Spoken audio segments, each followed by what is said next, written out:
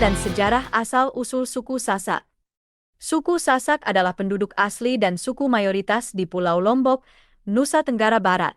Mereka memiliki sejarah dan tradisi yang kaya, yang telah diwariskan dari generasi ke generasi. Ada beberapa teori mengenai asal-usul nama Sasak. Teori pertama mengatakan bahwa nama Sasak berasal dari kata sah, yang berarti pergi, dan shaka, yang berarti leluhur. Dengan kata lain, Sasak berarti pergi ke tanah leluhur. Teori lain menyebutkan bahwa nama Sasak berasal dari kata saksak, yang berarti sampan, yang digunakan oleh nenek moyang mereka untuk datang ke Pulau Lombok. Nenek moyang suku Sasak diyakini berasal dari Pulau Jawa, sebuah keyakinan yang didukung oleh kemiripan aksara yang digunakan oleh kedua suku tersebut. Perjalanan mereka menuju Pulau Lombok dilakukan dengan menggunakan sampan sebagai alat transportasi utama. Bayangkanlah, di tengah lautan luas, sampan-sampan kecil ini berlayar dengan gagah berani, menantang ombak dan angin demi mencapai tanah baru yang dijanjikan. Setibanya di Pulau Lombok, mereka tidak hanya membawa serta budaya dan tradisi dari tanah asal mereka, tetapi juga semangat untuk beradaptasi dan berasimilasi dengan lingkungan baru. Ada juga pendapat yang menyatakan bahwa suku Sasak merupakan hasil pencampuran antara penghuni asli Pulau Lombok dengan pendatang dari suku Jawa. Proses asimilasi ini menciptakan sebuah masyarakat yang kaya akan budaya dan tradisi, menggabungkan elemen-elemen dari kedua suku tersebut. Dalam kehidupan sehari-hari, pengaruh Jawa terlihat jelas dalam berbagai aspek budaya Sasak, mulai dari bahasa, seni, hingga adat istiadat. Namun, suku Sasak juga berhasil mempertahankan identitas unik mereka, menciptakan sebuah harmoni yang indah antara warisan leluhur dan inovasi lokal.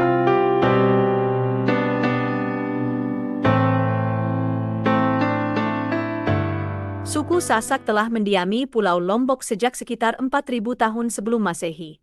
Kehidupan mereka pada masa itu sangat dipengaruhi oleh tradisi turun-temurun yang diwariskan dari generasi ke generasi. Dalam keseharian, mereka menjalani hidup dengan cara yang sangat tradisional, memanfaatkan sumber daya alam yang ada di sekitar mereka untuk memenuhi kebutuhan hidup. Di tengah hamparan hijau sawah dan hutan yang lebat, suku Sasak hidup dalam harmoni dengan alam. Mereka bercocok tanam, berburu, dan meramu sebagai cara utama untuk mendapatkan makanan. Rumah-rumah mereka dibangun dari bahan-bahan alami seperti bambu dan daun kelapa, menciptakan hunian yang menyatu dengan lingkungan sekitar.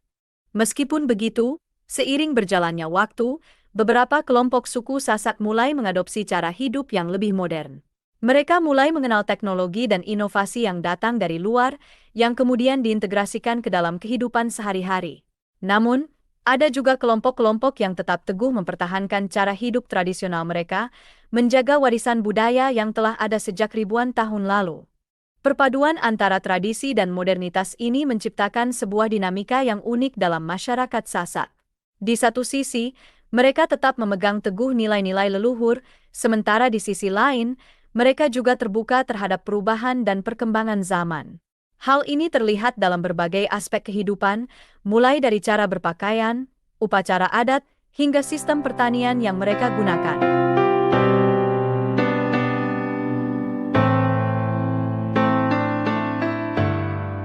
Salah satu tradisi yang paling terkenal dan unik dari suku Sasak adalah tradisi merari. Tradisi ini melibatkan calon pengantin pria yang akan menculik calon pengantin wanita selama 3 hari ke suatu tempat yang tidak diketahui oleh orang tuanya. Tradisi ini bukanlah tindakan kriminal, melainkan sebuah ritual yang syarat dengan makna budaya dan adat istiadat. Proses merari dimulai ketika calon pengantin pria dan wanita telah sepakat untuk menikah. Mereka akan bertemu di suatu tempat yang telah disepakati tanpa sepengetahuan orang tua pihak wanita. Setelah pertemuan tersebut, calon pengantin wanita akan dibawa ke rumah keluarga pihak pria atau tempat lain yang aman selama 1 hingga 3 hari. Selama periode ini, calon pengantin wanita akan disembunyikan dari orang tuanya, menciptakan suasana misteri dan ketegangan yang khas dalam tradisi ini.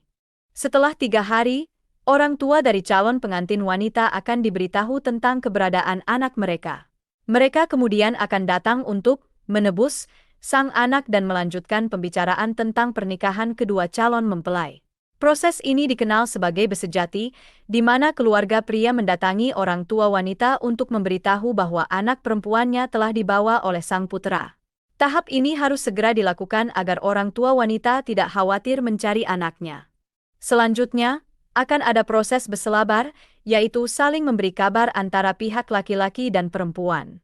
Dalam proses ini, biasanya akan ada negosiasi untuk mencari kesepakatan terkait persyaratan yang diinginkan pihak perempuan, seperti uang mahar dan pisuke. Setelah mencapai kesepakatan, proses ambil wali dilakukan, di mana pihak laki-laki meminta persetujuan wali nikah agar pengantin dapat segera dinikahkan secara hukum agama. Tradisi merari mencerminkan keberanian dan tanggung jawab calon pengantin pria untuk menjadikan calon pengantin wanita sebagai istrinya. Meskipun seringkali menimbulkan kesan negatif dan konflik antar keluarga, tradisi ini tetap dipertahankan karena mengandung nilai-nilai luhur dalam kehidupan masyarakat Sasak. Merari adalah bukti nyata dari kekayaan budaya dan adat istiadat yang diwariskan dari generasi ke generasi. Tradisi peresean adalah pertarungan antara dua pria suku Sasak yang bertarung seperti gladiator. Tradisi ini tidak hanya pertunjukan adu kekuatan, tetapi juga mengandung nilai dan maksud tersendiri. Salah satu nilai yang terkandung di dalamnya adalah untuk menyeleksi prajurit pada masa berdirinya Kerajaan Lombok. Suku Sasak menggunakan bahasa Sasak sebagai bahasa komunikasi sehari-hari, terutama oleh suku Sasak yang ada di pedesaan. Bahasa Sasak memiliki tingkatan bahasa, mulai dari yang formal sampai non-formal, yang penggunaannya disesuaikan dengan siapa yang menjadi lawan bicara.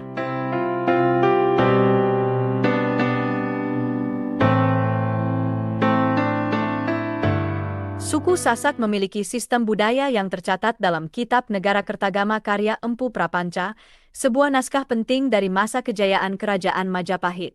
Kitab ini tidak hanya mencatat sejarah dan tata pemerintahan Majapahit, tetapi juga menggambarkan pengaruh budaya yang meluas hingga ke berbagai wilayah, termasuk Pulau Lombok, tempat suku Sasak bermukim. Pengaruh Kerajaan Majapahit terhadap suku Sasak terlihat dalam berbagai aspek kehidupan mereka, mulai dari adat istiadat hingga tradisi sehari-hari. Salah satu bukti nyata dari pengaruh ini adalah kemunculan nama Sasak dalam Kitab Negara Kertagama, yang menunjukkan bahwa wilayah Lombok dan masyarakatnya telah menjadi bagian dari kekuasaan Majapahit. Dalam adat istiadat, pengaruh Majapahit tercermin dalam berbagai upacara dan ritual yang masih dijalankan oleh suku Sasak hingga saat ini. Misalnya, sistem pemerintahan tradisional dan struktur sosial masyarakat Sasak banyak dipengaruhi oleh konsep-konsep yang berasal dari Majapahit. Selain itu, seni dan budaya Sasak, seperti tarian, musik, dan kerajinan tangan, juga menunjukkan jejak-jejak pengaruh Majapahit yang kuat. Tradisi lisan dan tulisan suku Sasak juga tidak lepas dari pengaruh Majapahit. Aksara Sasak, yang dikenal sebagai jejawan, memiliki kemiripan dengan aksara Jawa yang digunakan pada masa Majapahit. Hal ini menunjukkan adanya hubungan budaya yang erat antara kedua wilayah tersebut. Bahkan, dalam beberapa naskah kuno Sasak, terdapat referensi langsung ke Majapahit dan pengaruhnya terhadap kehidupan masyarakat Sasak. Pengaruh Majapahit juga terlihat dalam aspek keagamaan.